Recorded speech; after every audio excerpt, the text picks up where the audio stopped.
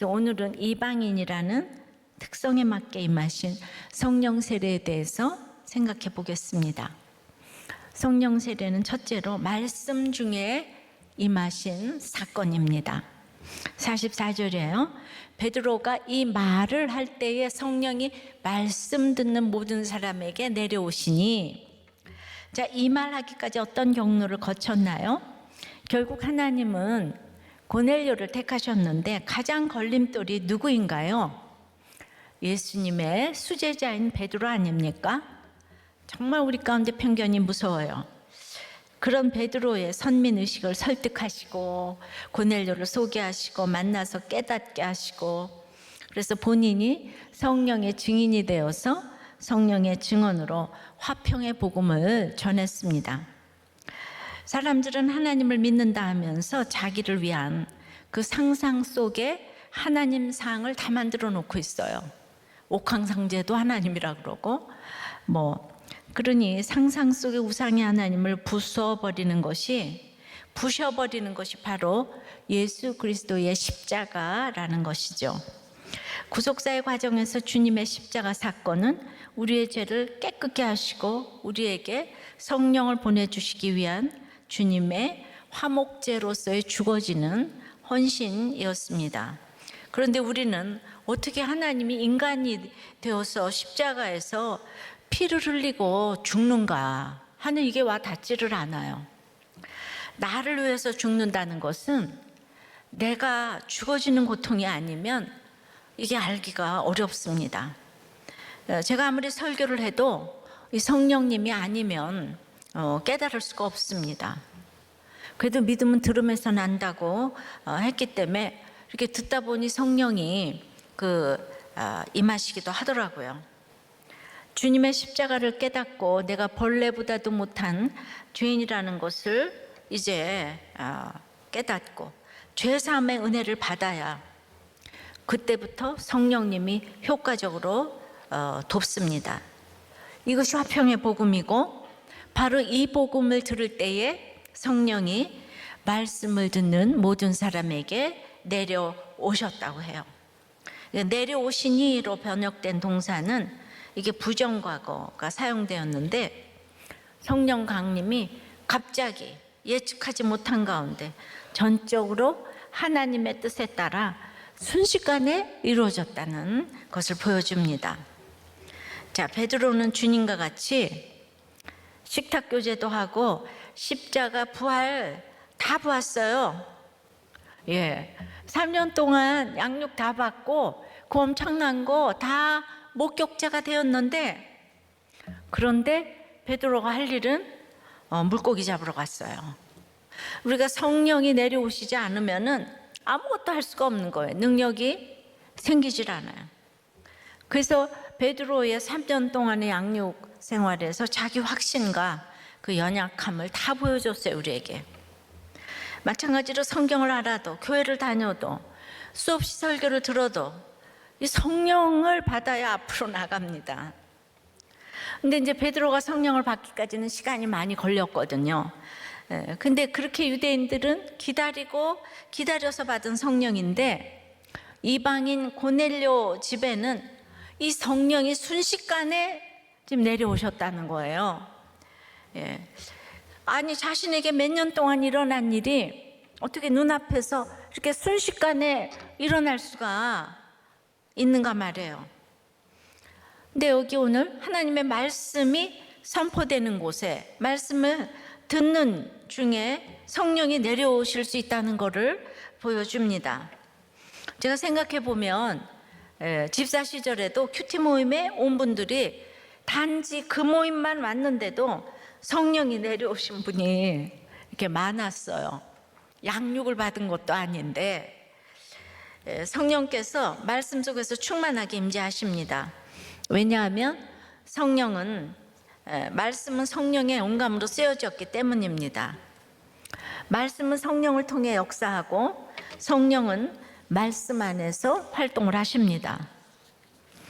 근데 이제 십자가를 질 때 효과적으로 도우셔야 하기 때문에 진리의 성령님이 말씀을 듣는 중에 내려오셨습니다.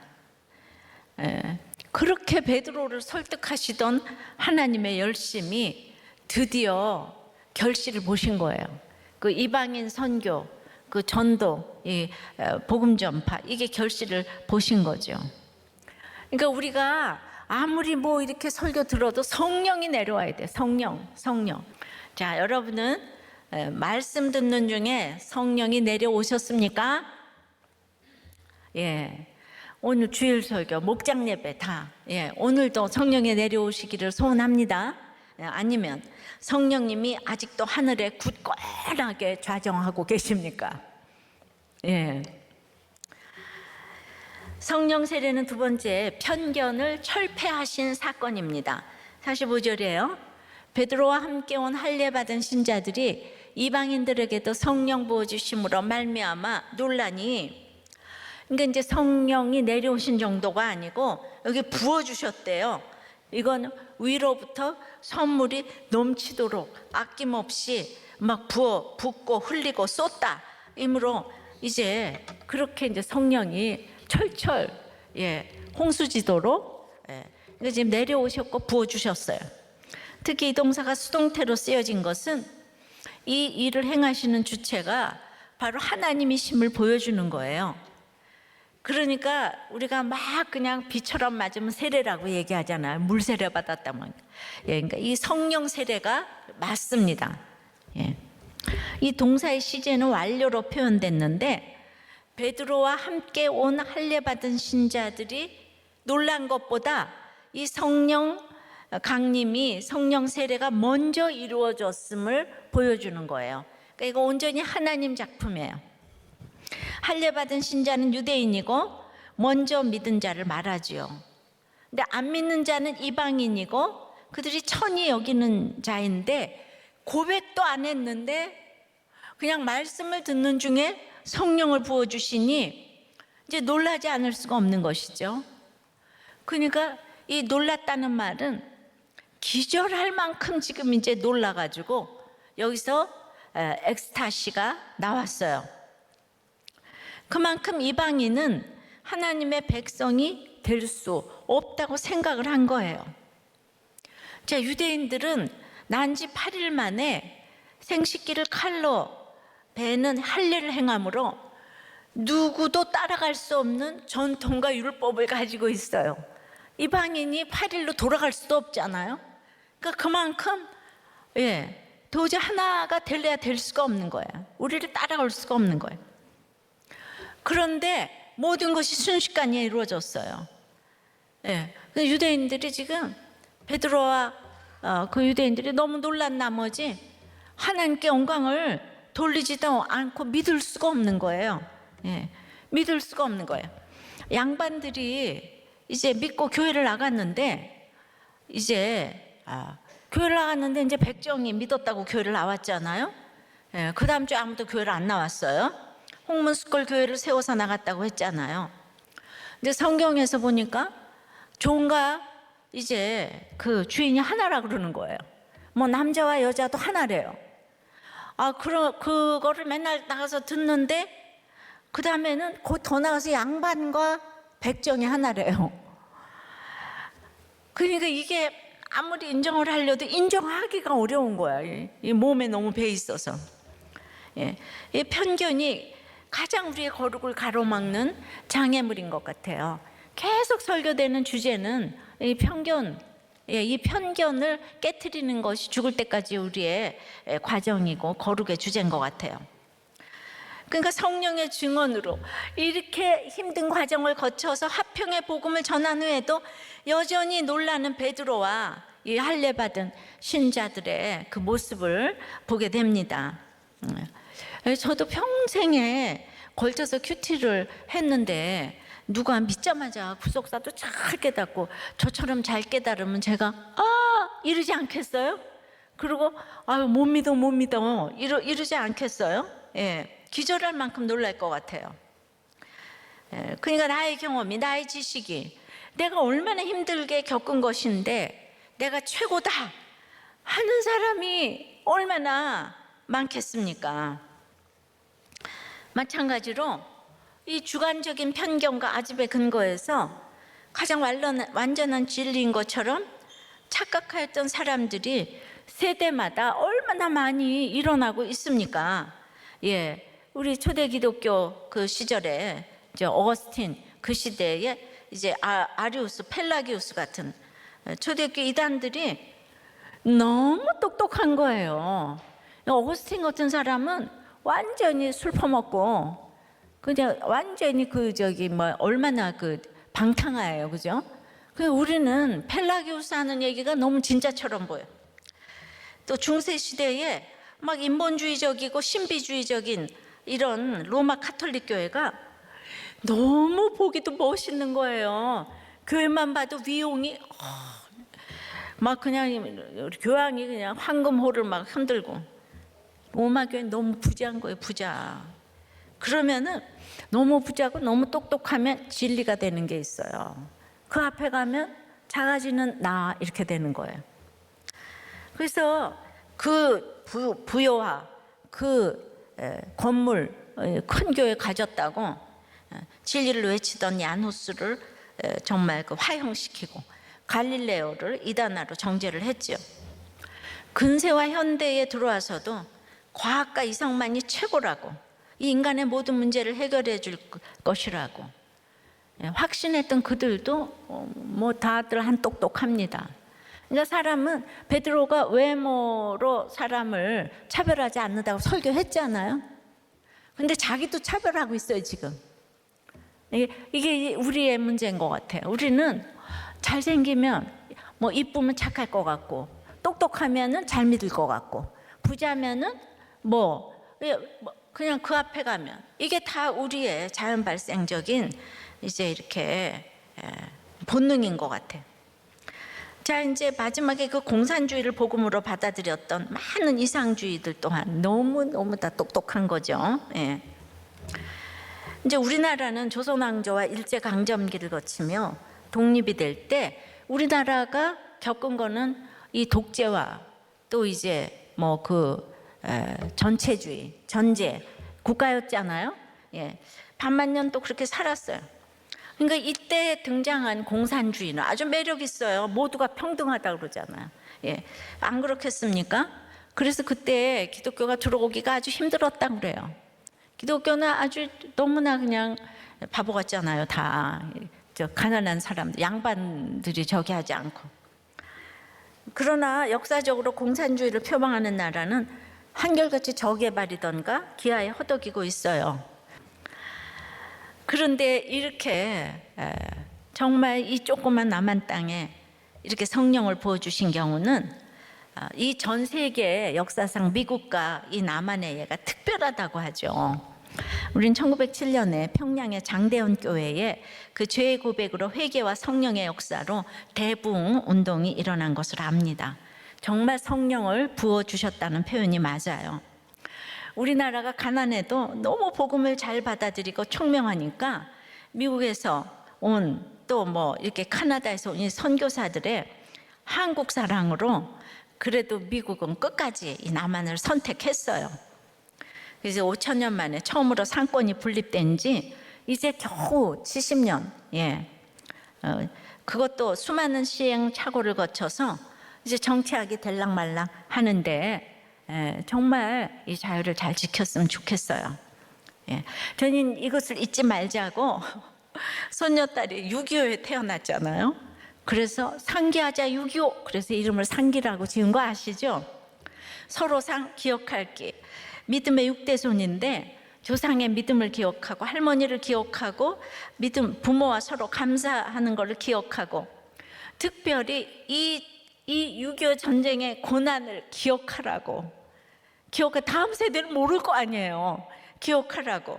그리고 네가 남자면 아무도 그 이름에 대해서 안 물어볼 텐데 딸인데 왜 네가 상기냐고, 왜 네가 거기서 나와 하면서 다 이제 물어보면 그때 간증하고 전도를 하라고. 우리의 다음 세대들은 생리별이 무엇인지 모르고 당해보지 않았기 때문에 정말 모릅니다. 그러니까 우리가 이렇게 전쟁을 피해서 피난 다녔기 때문에 늘 전쟁을 대비해서 또 피난 준비를 했어요. 그래서 남편은 전쟁이 늘 나면은 짝수회는 뭐 아직도 잘 모르겠지만은 남산타워에서 만나고, 홀소회에는 뭐 부산타워에서 1월 1일에 만나자고 늘 저한테 복창을 시켰어요. 저만 해도 6.25 전쟁 후에 태어났기 때문에 직접 전쟁을 겪지는 않았기 때문에, 우리 남편 저보다 이제 몇 살 위니까 그렇게 말할 때마다 전쟁은 무슨 전쟁, 지금 우리가 전쟁인데, 전쟁 나면 이 전쟁 안 해도 될 텐데 뭘 또 전쟁 준비를 하라고 하면서, 이제 명분 있게 헤어질 때가 왔는데, 그래서 남편의 말을 비웃었죠. 근데 요즘 여러분들이 전쟁 얘기를 하면 다 비웃더라고요. 공산주의가 무엇인지 안 당해보고 안 살아봐서 환상으로 뭐 평등, 뭐 인권 이런 것만 이제 생각하는 사람들이 많아졌어요. 우리가 평소에 가장 분명한 진리라고 믿어왔던 일들도 사실은 극히 주관적인 편견과 아집일 수 있다는 거예요. 나는 그것이 절대적인 진리라고 믿는데 사실은 전혀 그렇지 않을 수도 있다는 것이죠. 절대 진리는 하나님 말씀밖에 없습니다. 그러나 성경을 10번씩 읽어도 이번 주일에도 이혼을 죽어도 하겠다는 가정이 있어요. 정말 믿음이 없잖아요. 동성애자들도 성경을 읽지요. 근데 같은 성경인데 동성애가 죄라는 얘기가 없다는 거죠. 그러니까 이런 사람이 차별금지법을 만들었겠죠. 시청에는 젠더 특보도 있다고 하더라고요. 그러니까 이제 다 성경을 보는데 그러면 네가 맞냐 내가 맞냐 그럴 거 아니에요? 그러니까 이게 편견을 우리가 이제 철폐해야 되지만 분별은 해야 되는 거잖아요. 그러니까 이게 분별인지 차별인지 성령이 임하지 않고 모른다 이거죠. 성령이 임한 사람들끼리는 알아들어요. 그래서 여러분들이 성령 세례 받기를 원합니다. 아니면은 또 저 얘기, 우리 집에 이게 기가 막힌 이게 뼈 아픈 가족사잖아요. 근데 이런 얘기를 듣고도 무슨 정치 얘기한다 이러는 거는, 이거는 이제 여러분들의 편견이라 이 말이죠. 적용해 보세요.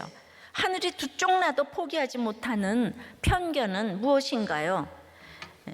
그래서 눈앞에서 일어난 변화나 기적을 믿지 못하는 일은 무엇인가요?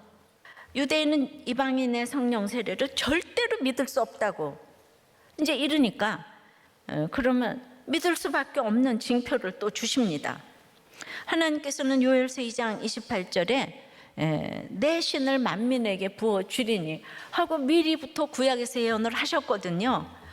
근데 말씀은 읽는데 이게 내 거가 안 되니까, 깨닫지를 못하니까, 이런 식으로 하니까 할 수 없이 하나님은 눈에 보이는 파격적인 체험을 방언으로 주셨어요. 그래서 성령 세례는 세 번째는 표적을 주신 사건입니다.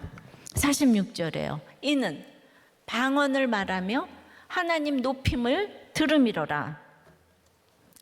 그러니까 이 할례 받은 신자들은 이방인들이 과거 오순절날 그 유대인들이 사도행전 2장에 성령을 받았을 때와 똑같이 방언으로 말하고 하나님을 찬양함으로 성령 받았음을 너무나 명확하게 드러냈기 때문에 이게 이제 놀라지 않을 수가 없었는데, 왜냐하면 그 이방인들은요 유대인의 관습도 모르잖아요. 지금 처음 복음을 전해 받은 것뿐인데 베드로 자신들도 너무 놀랐던 이런 놀라운 방언을 하며 게다가 하나님을 높이고 찬양하는 것을 베드로와 그 일행이 지금 이제 들은 거예요. 제가 방언은 사도행전 2장 열심히 좀 들어보시기를 바라요. 근데 오늘 방언을 말하며 하나님을 높임을 해당하는 이 원어가 모두 현재 분사형으로 사용되었는데 그것이 금세 끝난 게 아니고 이제 얼마 동안 지속됐다는 것이니까 확실히 이 성령 세례가 지금 임하고 있음을 베드로와 일행이 인정하지 않을 수가 없는 거예요. 그러니까 유대인과 이방인의 차이가 완전히 철폐되었음을 가르치려는 하나님의 뜻이었어요. 근데 오늘 그 방언이 하나님을 높이는 말이었다고 하네요. 하나님을 높이는 말은 구체적으로 무엇일까요? 하나님을 사랑하면 표현이 저절로 나와요. 주님 사랑해요, 마음과 정성 다해 하나님의 신실한 친구 되기 원합니다. 그러니까 막 그냥 사랑의 표현이 나와요. 이렇게 보면 있잖아요. 인권을 부르짖는 이런 신학자들은 이렇게 보면 하나님께 그런 표현을 좀 안 쓰는 것 같아요.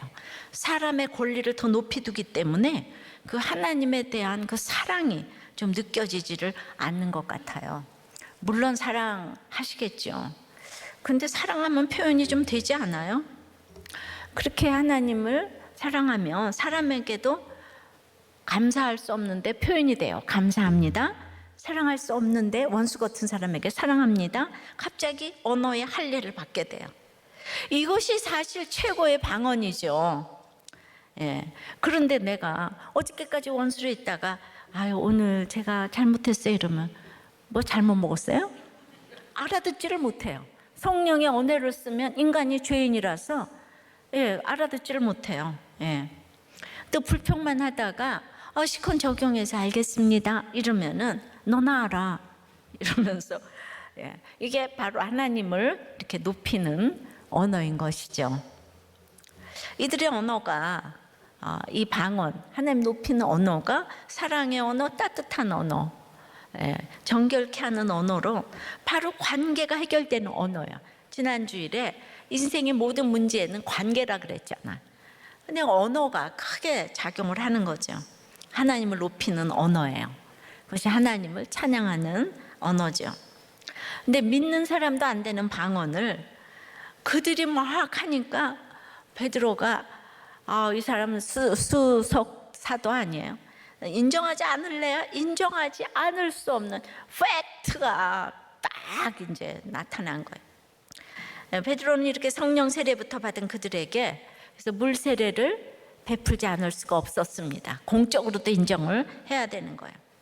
47절 8절이에요. 이에 베드로가 이르되 이 사람들이 우리와 같이 성령을 받았으니 누가 능히 물로 세례 베풀물 그 말이요 하고 명하여 예수 그리스도의 이름으로 세례를 베풀라 하니라. 그들이 베드로에게 며칠 더 머물기를 청하니라. 그리고 그는 그들이 세례를 받도록 명령했다. 직역하면 이거예요. 그래서 결국 베드로가 주님이신 예수 그리스도의 권세를 가지고 지금 명하고 있다는 의미인데요. 권능의 증인들은 다 세례를 줄 수가 있습니다. 베드로만 그 일을 할 수가 있는 게 아니에요. 왜냐하면 이 모든 일의 배후에 하나님이 계시기 때문이고 그 10장에는 하나님이 거의 한 20번 가깝게 등장하세요. 감추어진 하나님의 경륜이죠. 삼위 하나님이 늘 역사를 하시는데 그 감추어진 하나님의 경륜이 성자 그 하나님의 십자가에 못 박히심으로 전보다도 더 낮게 겸손하게 오셨는데 그거를 성령님이 효과적으로 도우시는 게 삼위일체 사역이라 그랬잖아요. 그러니까 십자가에 예수님이 성령님을 보내시고 죽으셨기에 우리는 성령을 받아야 합니다. 근데 오늘 물 세례와 성령 세례를 생각해 볼 때요, 고넬료에게는 성령 세례가 먼저 임했어요. 그리고 물 세례를 받았습니다. 그런 사람 많아요. 에디오피아 내시도 먼저 성령이 임하고 물 세례를 받았습니다. 예수님은 안 받아도 되는 물 세례를 받으셨고 그리고 성령이 비둘기같이 임했죠. 그러니까 몸된 교회의 일원인 것을 표하기 위해서 물 세례는 받아야 합니다. 회개하기로 작정하고 교회에 들어오기로 작정한 자가 받는 게 물 세례예요. 안 받으신 분들은 받으시기 바라요. 사도행전 18장의 아볼로는 요한의 세례만 아는데 성령 세례는 몰랐대요. 그러니까 구원은 받은 것 같은데 성령 세례는 모르고 못 받은 분들이 많은 것 같습니다. 사도행전 1장 4절에서 예루살렘을 떠나지 말고 내게 들은 바 아버지의 약속하신 것을 기다리라고 했는데, 그럼 사도들 있잖아요. 지금 모든 거 다 받았는데 구원 못 받아서 기다리라는 거 아니잖아요.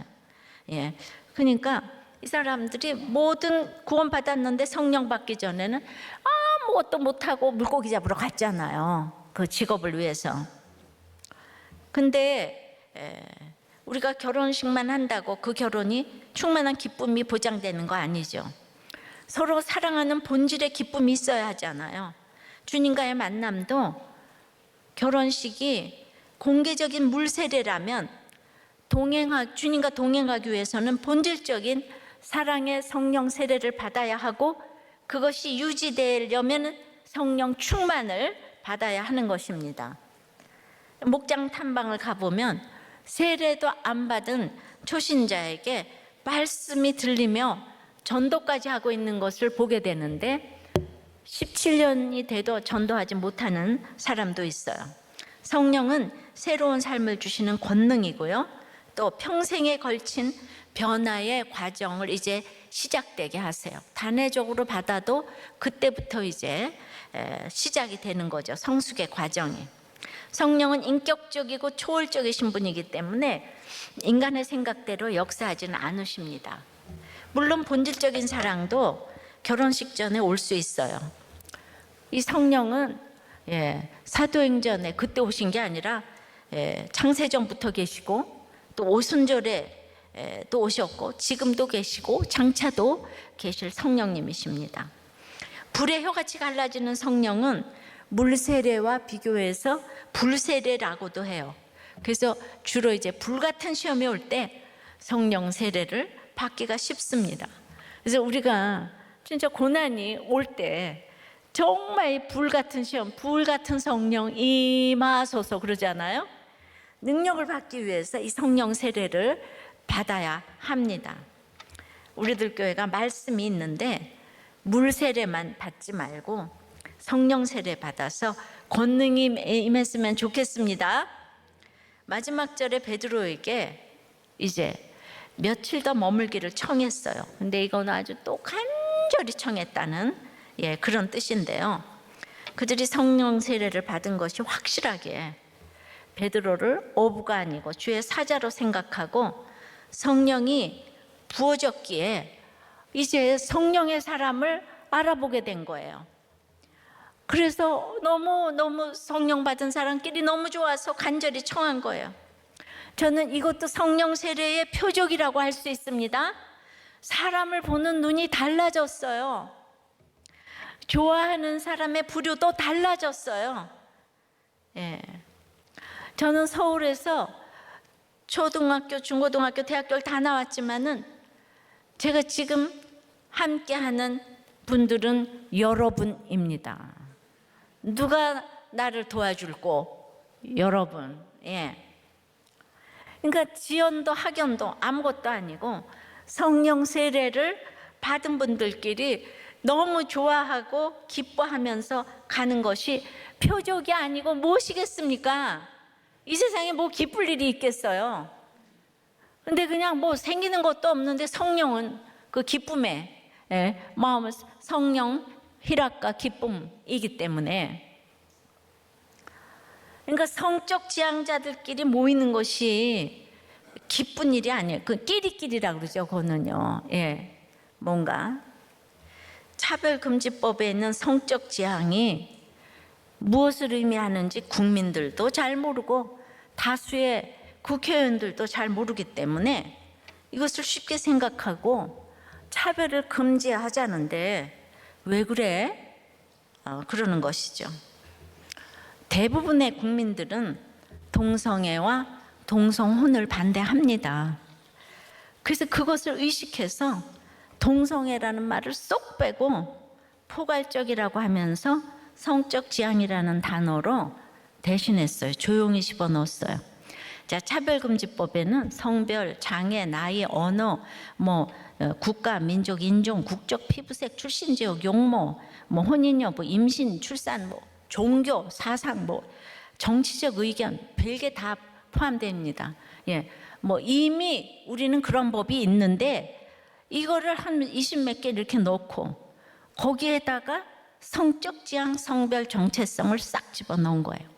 그러니까 그게 뭘 의미하는지 몰라요. 그걸 동성애와 동성혼 이렇게 딱 이렇게 얘기를 했어야 되는데 다들 이게 좋은 건데 왜 반대하냐고.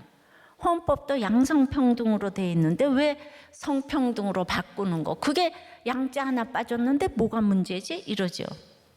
한마디로 이 포괄적 차별금지법은 사실상 강한 동성애 차별금지법에 해당되는 거예요. 하려면 포괄적이 아니고 개별적 차별금지법으로 알아듣기 쉽게 동성원 차별금지법으로 명명하여서 이거를 제정을 물어야 되는 거예요, 국민들한테. 그러니까 그런데 아무리 시간이 지나도 여러분들은 이 성적 지향, 성별 정체성 이걸 잘 몰라.